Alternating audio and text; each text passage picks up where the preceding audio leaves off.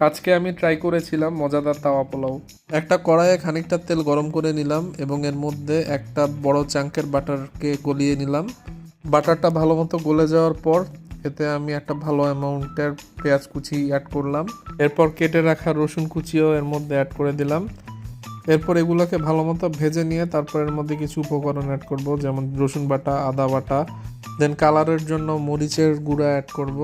প্রত্যেকটা জিনিস অ্যাড করার পর একটু করে নেড়ে নিব। দেন একটু হলুদ অ্যাড করে নিব। মরিচ ছোট ছোট কুচি করে এর মধ্যে দিয়ে দিলাম।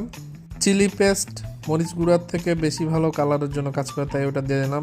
এরপর পরিমাণ মতো লবণ দিয়ে ছোট করে কেটে রাখা টমেটো অ্যাড করে ভালো মতো নেড়ে চেড়ে নিলাম। টমেটো সস অ্যাড করলাম। আম্মু পোলাওতে একটা মশলা ইউজ করার রাঁধুনি মশলা নামে ওটা অ্যাড করে দিলাম। দেন ক্যাপসিকাম কুচিগুলোকে এর মধ্যে ঢেলে দিলাম।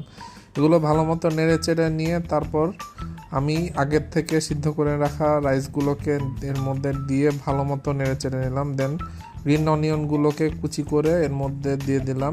স্বাদ মতো আর একটু লবণ অ্যাড করেছি। কিছুক্ষণ রান্না হওয়ার পর এর মধ্যে দুধ অ্যাড করে দিলাম।